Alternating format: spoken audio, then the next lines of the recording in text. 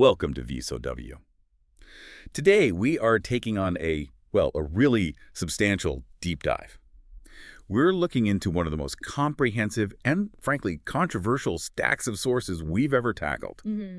It's all about the interlocking history of the Trump family business. We're talking 3 generations here, finance, institutional influence, constant legal battles. That's right. Our mission today is to give you, our listener, a quick but really thorough grasp of the mechanisms behind it all. You know, the shell companies, the specific regulations they used, the political leverage. Yeah. What defined this empire? And we're pulling from a lot of different places. We've got academic analysis, sociological, political stuff. Then there's detailed investigative journalism, court documents, lawsuits, complaints, Right. and biographical details, too. That aim is clarity, analytical impartiality. We want to trace the patterns, look not just at what happened, but how this family seemed to repeatedly use institutional structures. Starting way back. Exactly. From Depression-era housing subsidies all the way through modern global real estate, finance, the whole deal.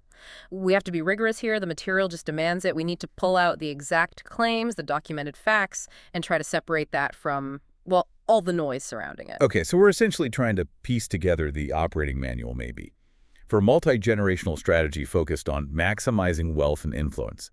It starts way back in the 1920s, but as you said, the tactics might feel surprisingly familiar today. They might. Let's unpack this. Starting at the foundation, with the patriarch, Fred C. Trump Sr. Fred Chris Trump. Born 1905, died 1999. Born in the Bronx, actually. He's really the architect of the family's real estate fortune. And right from the start, there's an interesting detail about how he managed his own background, his identity. Yeah, that's fascinating. His parents were German immigrants. But, as anti-German sentiment grew, especially around World War II and after, Fred actively hid this. He started claiming Swedish descent instead. Which kind of hints early on at an understanding that public perception, managing political connections, that was going to be vital for business, right? Especially in New York City back then. Absolutely. It suggests he wasn't just looking about building houses. He was building a protective image around himself and the business. So how did he get started, practically speaking? His career kicked off in home construction and sales in the 1920s. Initially under E. Trump and Son, that was his mother Elizabeth's name on the company, since he wasn't 21 yet. Oh, okay.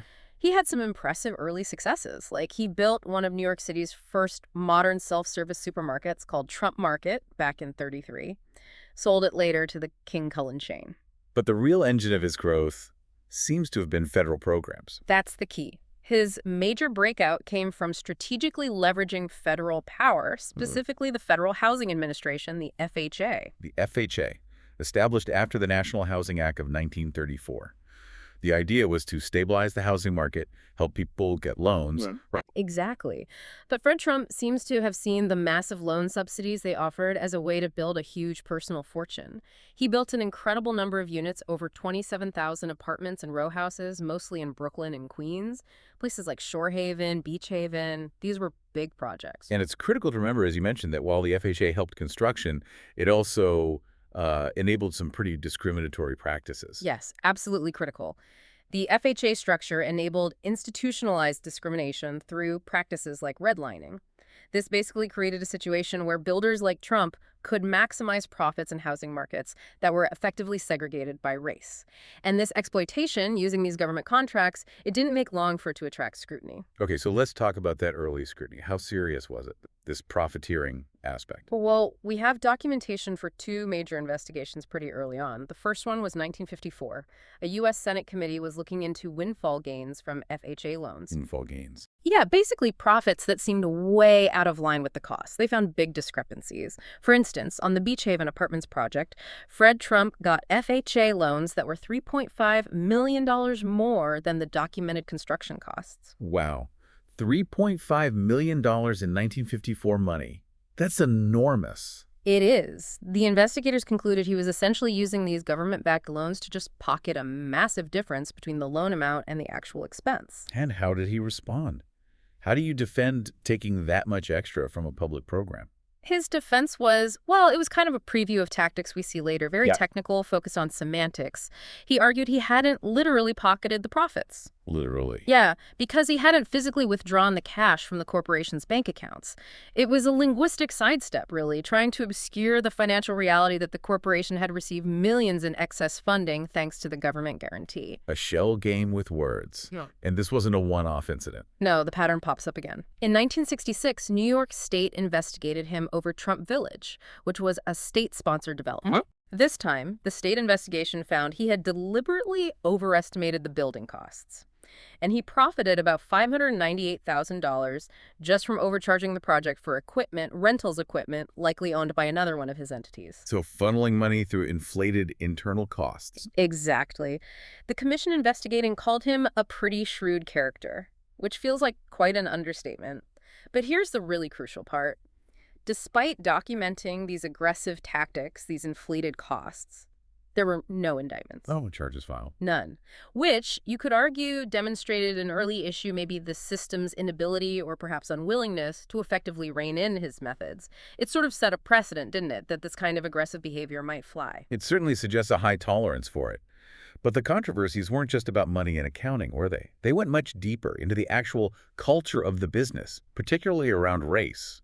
We have to talk about the 1973 lawsuit. Yes, that was a landmark case, filed by the U.S. Justice Department Civil Rights Division. It wasn't just a minor complaint. It alleged outright, systemic racial discrimination against black applicants wanting to rent Trump apartments. A clear violation of the Fair Housing Act of 1968. And what kind of evidence did the Justice Department bring? The evidence gathered was pretty damning, according to the sources. Former employees testified under oath. They described a coded application system used across their Brooklyn rental offices, specifically to flag applicants by race. C for colored, apparently. Wow. And what did that coding lead to? What were employees saying they were instructed to do? The testimony detailed how black applicants were consistently lied to. They'd be told there were no vacancies, even when apartments were available. Or they'd be quoted rents that were double the actual asking price, clearly designed to discourage them from even applying. So active, deliberate exclusion. Yes. In fact, one rental agent testified directly that Fred Trump himself instructed staff explicitly not to rent to blacks. He apparently even gave advice on subtle tactics to encourage existing black tenants to leave.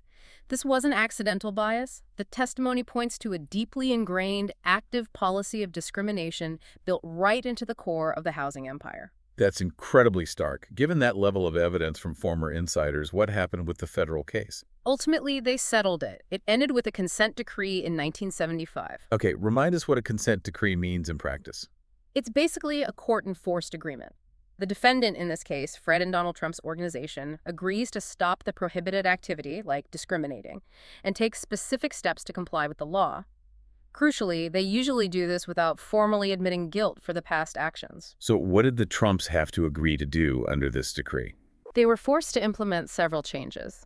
They had to start advertising vacancies in newspapers serving minority communities for 2 years. They had to agree to comply strictly with the Fair Housing Act going forward, and they also had to make efforts to promote minorities into professional jobs within the organization. It was a direct, court-ordered intervention into their internal operations. Before we shift to the next generation, there's one other early incident sometimes mentioned, Fred Trump's arrest in 1927. Right. That's worth noting briefly. He was arrested during a Ku Klux Klan demonstration in Queens. He was 21 at the time. The charge was refusing to disperse when police tried to break up the march. But the outcome? The charge itself was dismissed, and importantly, the sources state there's no conclusive evidence proving he was a formal supporter or member of the KKK. However, it is a documented event from his youth.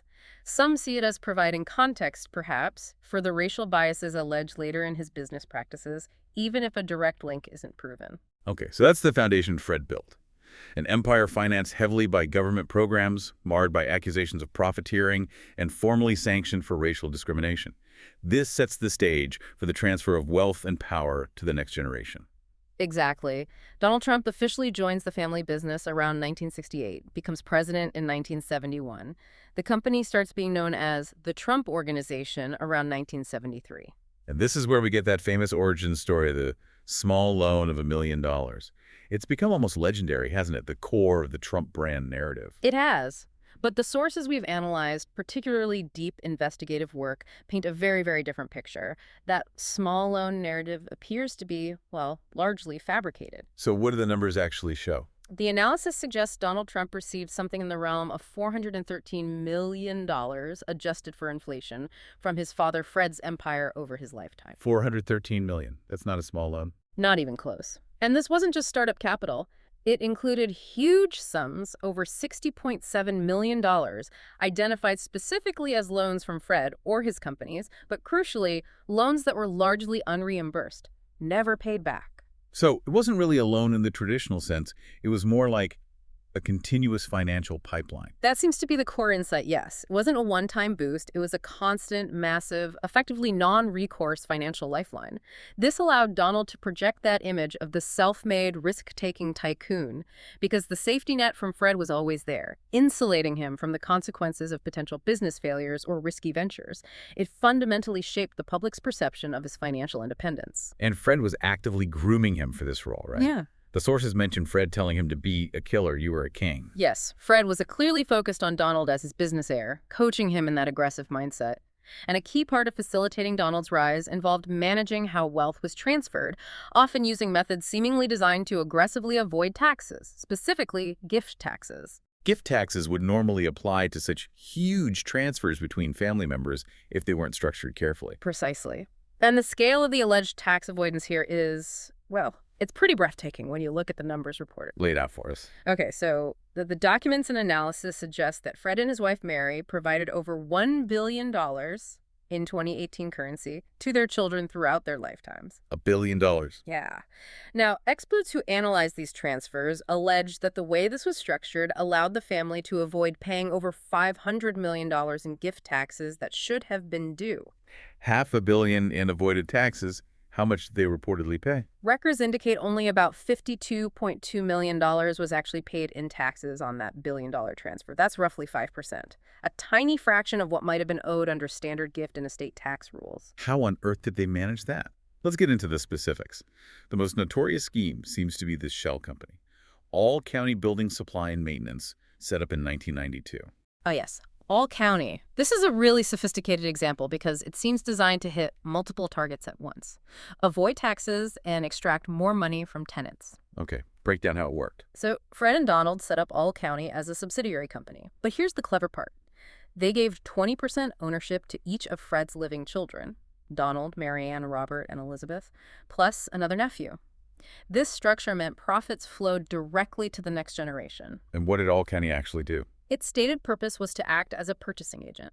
It would buy supplies and arrange maintenance for other Trump properties, especially the buildings containing rent-stabilized apartments. Okay, sounds mundane enough. Where's the scheme? The scheme was in the pricing. All County would dramatically overbill the Trump properties, the landlord entity, for everything. Boilers, cleaning supplies, plumbing parts, you name it. The markups were allegedly huge. So the Trump buildings pay these inflated invoices to All County. And that money flows directly into the pockets of the Trump children and nephew, effectively tax-free, disguised as legitimate business expenses for the apartment buildings. Millions of dollars were allegedly funneled this way. Wow. And you mentioned this also hurt tenants. How did that work? This is the really cynical part. Those highly inflated bills that All County charged the landlord, those fake high costs were then used as justification to apply for significant rent increases on the rent-regulated apartments in those buildings. Ah, the capital improvements loophole. Exactly. New York housing law at the time allowed landlords to raise rent significantly if they made major capital improvements or repairs.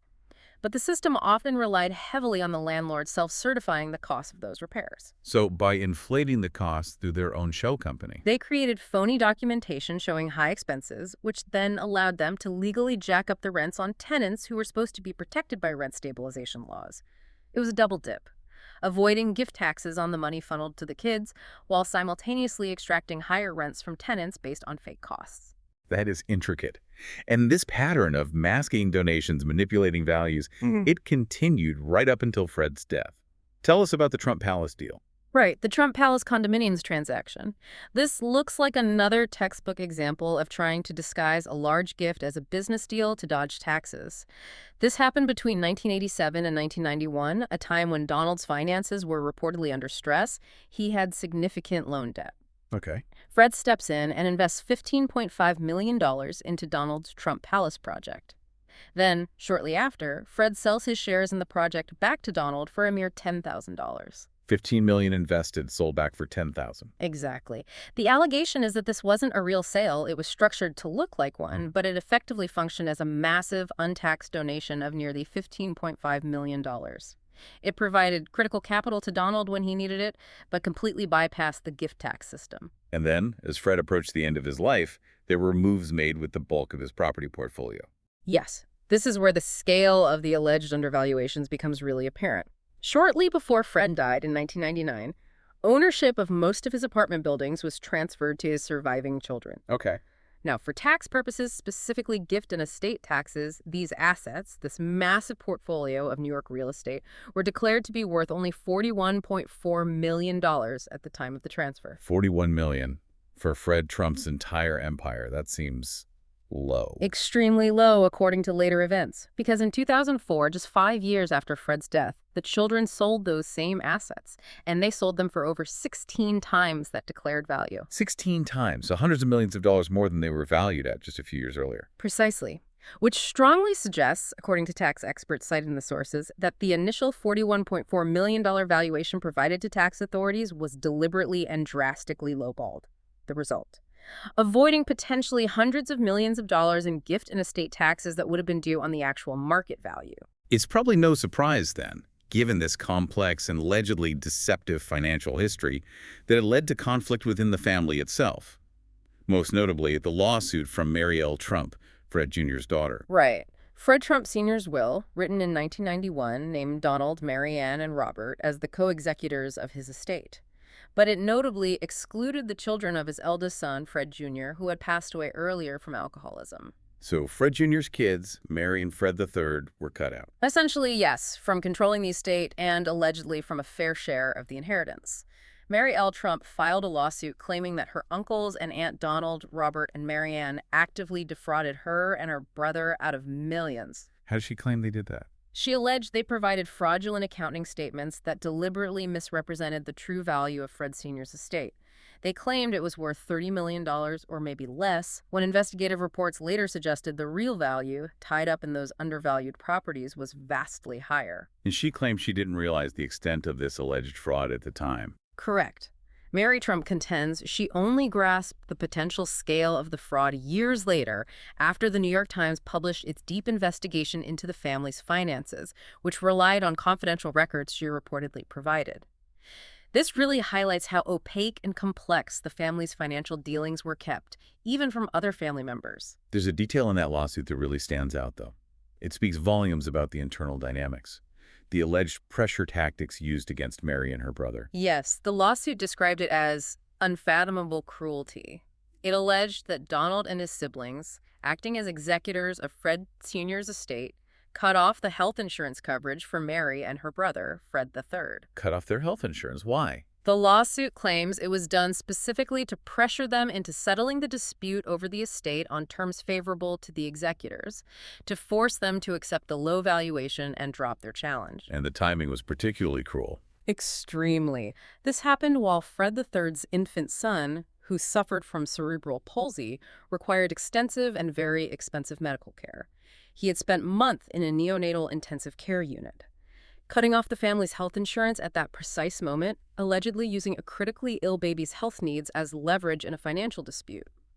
It paints a really stark picture of the reported ruthlessness within the family's business dealings. Okay, so we've seen the foundation built by Fred, the transfer of wealth, the alleged tax schemes, the internal disputes. Now let's pivot to how these long-standing business practices and attitudes potentially carried over into the political arena during Donald Trump's presidency.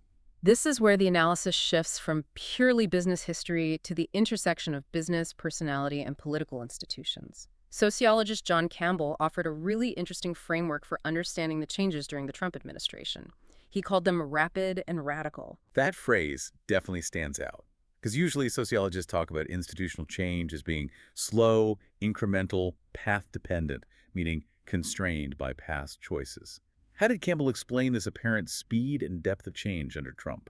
He argued it was a unique combination of two things: structural factors, or tipping points, and the president's personal agency, his specific leadership style. Okay, what were these tipping points? These were pre-existing conditions or vulnerabilities in the system. Things like growing public dissatisfaction with the existing tax code, or perhaps erosion of trust in traditional media or political polarization. These created openings for change. And how did Trump's personal agency exploit these openings? Campbell points to several key qualities. First, a tremendous ability to read and connect with the crowd to tap into those dissatisfactions. Second, his mastery of the media environment honed over decades on television. And third, perhaps most critically for enabling rapid change, what Campbell describes as narcissistic and intellectually arrogant traits. How did those personality traits translate into rapid institutional change? The argument is that this manifested as a refusal to listen to opposing views, expert advice, or established bureaucratic processes. This led to swift, sometimes chaotic policy decisions, very high staff turnover in key positions, and a tendency to bypass the traditional checks and balances within government agencies. All of this together allowed for faster, more fundamental shifts than you typically see. Can you give an example of the kind of institutional impact this had? You mentioned damage to institutional knowledge. Yes, one clear example cited in the sources is personnel decisions.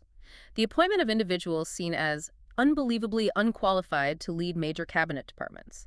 The example often given is Dr. Ben Carson, a renowned neurosurgeon being put in charge of housing and urban development, HUD. HUD manages complex housing finance, urban planning, poverty reduction programs. Exactly. Vastly different from medicine. The argument isn't just about policy choices, but about the long-term damage done when experienced civil servants leave or are sidelined, and institutional knowledge built up over years is lost. Replacing that isn't quick or easy. It can take years to rebuild that capacity within the bureaucracy. But it wasn't all one-way erosion, was it?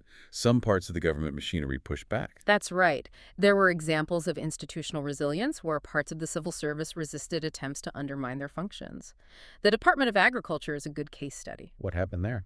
Well, USDA research departments continued publishing scientific studies confirming climate change and its impacts. This was politically inconvenient for the administration's stance, so the administration tried to effectively gut the research capacity Ow. by announcing they were moving the main research offices from Washington, D.C. out to Kansas City, Missouri. The calculation, analysts suggested, was that most of the experienced D.C.-based staff wouldn't want to relocate their families and lives and would simply quit en masse. A sort of purge by relocation. Did it work? Not entirely. Sources document that a significant number of staff, despite the disruption, refused to quit. They resisted the ploy, moved to Kansas City, and continued their scientific work. It demonstrated a powerful, albeit quiet, form of institutional self-defense against political pressure. Okay, now let's get to what might be the defining financial characteristic of the administration: the conflicts of interest. This stems directly from Donald Trump's decision not to divest from his business empire upon taking office. Correct. That decision was unprecedented for a modern president, and it set the stage for what the watchdog group Citizens for Responsibility and Ethics in Washington, or CRW, described as an administration marked by self-interest and profiteering. CRW tracked these conflicts meticulously. What kind of numbers are we talking about? They documented over 3,700 distinct conflicts of interest during the 4 years of the administration. And they strongly suspect that's an undercount, given the limits of public disclosure.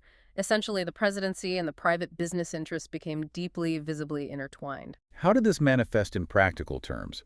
Presidential patronage. That's a big part of it. Trump visited his own properties, hotels, golf courses, an astonishing 547 times while serving as president. 547 visits? Yes. That includes 145 visits to Mar-a-Lago in Florida and 328 visits to his various golf courses. These weren't just leisure trips. Government business was conducted there. Officials traveled with him. It blurred the line constantly between his public role and his private businesses benefiting from the presidential seal, essentially. And this created opportunities for people seeking influence. Absolutely. CROW found that 346 executive branch officials made a total of 993 visits to Trump properties during the term. Think about that.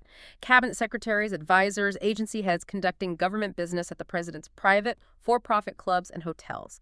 This provided countless opportunities for special interest groups, lobbyists, and even foreign officials to mingle, to gain proximity and potential access to key decision makers simply by spending money at Trump venues. Was there an estimate of how much money these groups spent? Sear estimated that special interests likely spent over $13 million at Trump properties during his presidency. But the real concern wasn't just the dollar amount. It was a potential connection between that spending and policy outcomes. A perception of quid pro quo, pay to play. Exactly. Sources analyzed by CRU indicated that as many as 30 different special interest groups reportedly received favorable policy outcomes, policy changes they'd been seeking, around the time they held a significant event or spent substantial money at a Trump property. Can you give us a concrete example of that alleged link? A frequently cited one involves the payday lending industry. This industry group held its annual convention at the Trump National Doral Resort in Miami. Almost concurrently, the Trump administration proposed rescinding a key Obama-era regulation that the payday lending industry had strongly opposed. So the timing looked very convenient for the industry. Extremely convenient. While a direct causal link is hard to prove definitively, the appearance was undeniable. Spending money at the president's property seemed to correlate directly with receiving a highly beneficial policy shift that the industry had lobbied hard for. And foreign governments were doing this too, patronizing the businesses. Oh, yes. CRUW tracked 150 officials from 77 different foreign governments visiting a Trump property during his term.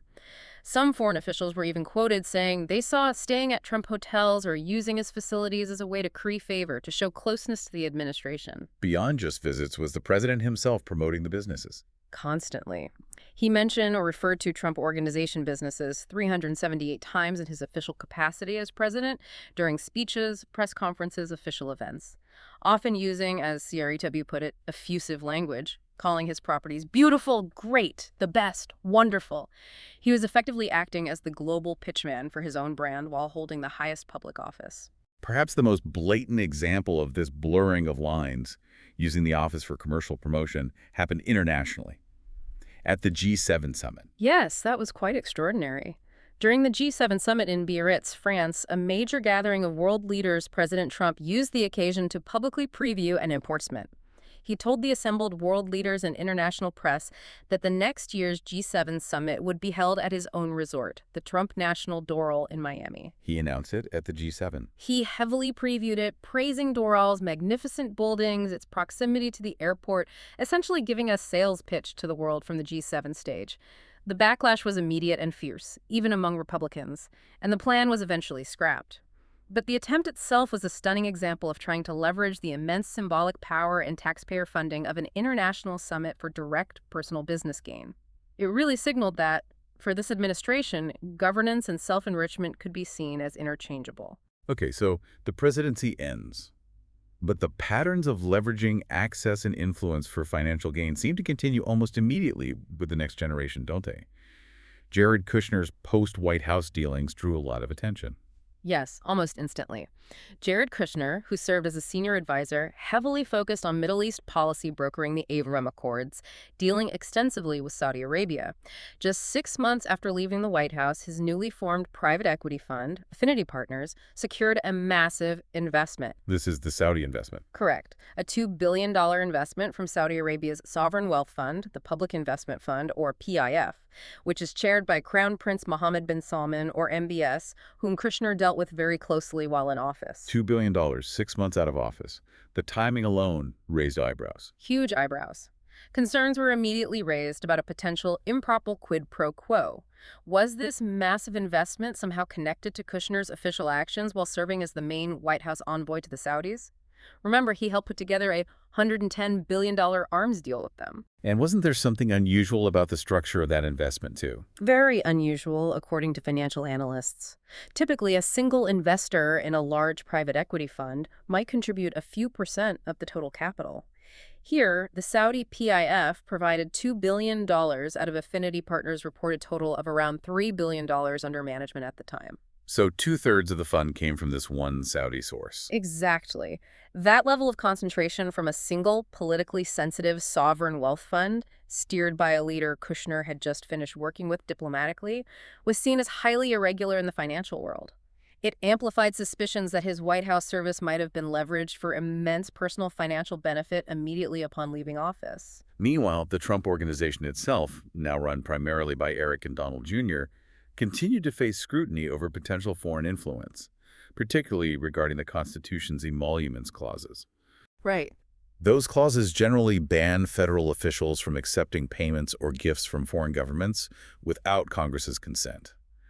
A Democratic-led House Oversight Committee report alleged that during the Trump presidency, 4 specific Trump businesses received at least $7.8 million in payments directly from foreign governments. Which governments, and what were the payments for? The report named several, including China, Saudi Arabia, Qatar, UAE, and others. The payments were mostly for things like hotel stays for foreign delegations, office leases in Trump properties, event bookings. This raised serious constitutional questions about whether these payments constituted prohibited emoluments. How did the Trumps respond to that allegation? Eric Trump dismissed the report. He stated that the Trump Organization had voluntarily decided to track and donate any profits derived specifically from foreign government stays at their hotels to the U.S. Treasury each year. However, the accuracy and completeness of that self-reported accounting remained a subject of debate and skepticism. Let's shift to Ivanka Trump. She was initially a defendant in the big New York civil fraud case, though later dropped. But she was involved in some key deals that are central to the case, right? Yes, she played a significant role, particularly in securing financing for major projects like the Trump National Doral Resort in Miami and the transformation of the old post office building in Washington, D.C. into a luxury hotel. And the New York Attorney General's lawsuit alleges those loans were obtained using fraudulent financial statements. That's the core allegation, that the loans were granted by banks like Deutsche Bank based on Donald Trump's annual statements of financial condition, which the AG claims contain grossly and intentionally inflated valuations of his assets. Why was Ivanka initially named in the suit if the statements were her father's? Because, according to the complaint, Ivanka was deeply involved in negotiating the terms of these loans. She was aware that the loans required Donald Trump's personal guarantee, which in turn relied on the submission of these annual financial statements. She was a key conduit in the transactions. She was eventually dropped as a defendant, though. Yes, an appeals court ruled that the claims against her fell outside the statute of limitations, basically. The legal time window for bringing that specific type of claim against her had expired. But the investigation still shed light on her awareness of the valuations being used. Were there specific examples cited in the complaint showing discrepancies related to properties Ivanka was involved with? Oh, yes, very specific ones that highlighted the alleged inflation. For example, there was a penthouse apartment in Trump Park Avenue that Ivanka leased with an option to buy for $8.5 million. Okay. But on her father's official statements of financial condition submitted to banks around the same time, that exact same apartment was listed as being worth $20.8 million in 2011 and then bumped up to $25 million in 2013. Wow, valued at roughly triple her purchase option price. Exactly. Another example involved a different penthouse in the same building that Ivanka was apparently offered for $14.3 million. But on the 2014 financial statements, it was valued at $45 million. These massive discrepancies between internal figures or actual transaction values and the numbers presented to lenders are central to the fraud allegations. How did Ivanka explain this when questioned in her deposition for the case? Her defense strategy, based on deposition excerpts, seemed to be one of creating distance and claiming lack of specific knowledge. She repeatedly stated she had no specific recollection of key details, like providing the financial statements herself or knowing the specific methodologies used to arrive at those high property valuations. So essentially, I wasn't involved in preparing those numbers. Pretty much. A legal strategy aimed at minimizing her accountability by pleading ignorance about the underlying mechanics of the alleged fraud, despite her central role in negotiating the deals that relied on those numbers. Okay, so where does this leave the Trump Organization today? Post-presidency, run by the sons, Eric and Don Jr., are they pulling back or expanding? Definitely expanding, particularly globally. And there's a noticeable focus back on the Middle East, often partnering with a Saudi-based developer called Dar Global. Saudi partnerships again, what kind of projects? They're involved in the huge Jeddah Tower project in Saudi Arabia, estimated cost over $500 million. They have two other major projects planned in Riyadh. Plus, a big Trump International hotel and tower set for Dubai, scheduled for completion around 2031, with a reported gross value of about $1 billion. $1 billion hotel in Dubai. Any others? Yes. Also a Trump International hotel planned for Oman, completion targeted for 2028, and a massive $5.5 billion luxury golf resort development underway in Qatar. So a very clear strategic pushback into these Gulf regions where political ties were cultivated during the administration. And there's a crypto angle now, too, in the UAE. Yes, that's a really interesting modern twist on their strategy of finding potentially less regulated financial avenues. The new Dubai Tower, significantly, is slated to accept Bitcoin payments for property purchases. Integrating cryptocurrency into high-end real estate. Exactly. And perhaps even more telling, there are ties involving a stablecoin called USD1. Reports indicate a Trump family entity holds a major stake, around 60%, in this stablecoin. And notably, a UAE-backed investment fund selected this specific stablecoin USD1 for a $2 billion investment commitment into the crypto exchange Binance. So linking the family business interests directly with foreign sovereign wealth funds in the volatile, often opaque world of digital finance. It certainly looks that way. It continues the long-standing pattern, seeking out new frontiers, whether geographical or financial, like crypto, to potentially capitalize on the intersection of business, political connections, and perhaps regulatory gaps. Okay, let's try to wrap this all together. We've covered a huge amount of ground in this deep dive. We traced this consistent generational operating principle, didn't we? It seems to be about maximizing personal and family wealth by very strategically leveraging institutional structures. We saw it way back with Fred Trump, using those FHA loan loopholes, setting up shell companies like All County to, allegedly, avoid maybe $500 million in taxes, while also finding ways to hike rents on regulated tenants. Right.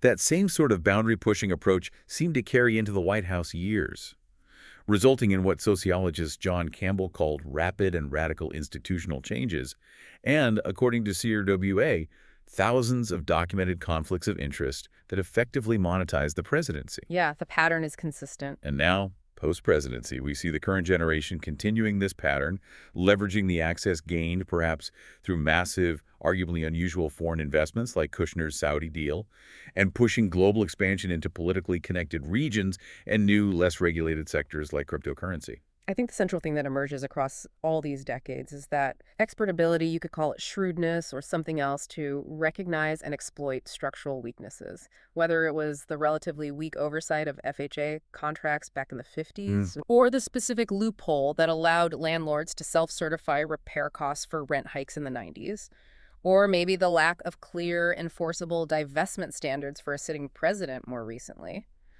The family's success seems consistently tied to finding those opportunities within the system and then applying aggressive personal agency to maximize the benefit. That point about structural weakness feels key. The sources we looked at suggest Fred Trump and his associates often operated with a degree of impunity, especially early on, partly because government agencies just didn't have the talent, tools, and will, as one source put it. They were drowning in paper documents, making it hard to scrutinize complex transactions in that pre-digital era. True, the technological context has changed. So that really leads to a big question for you, our listener, to think about.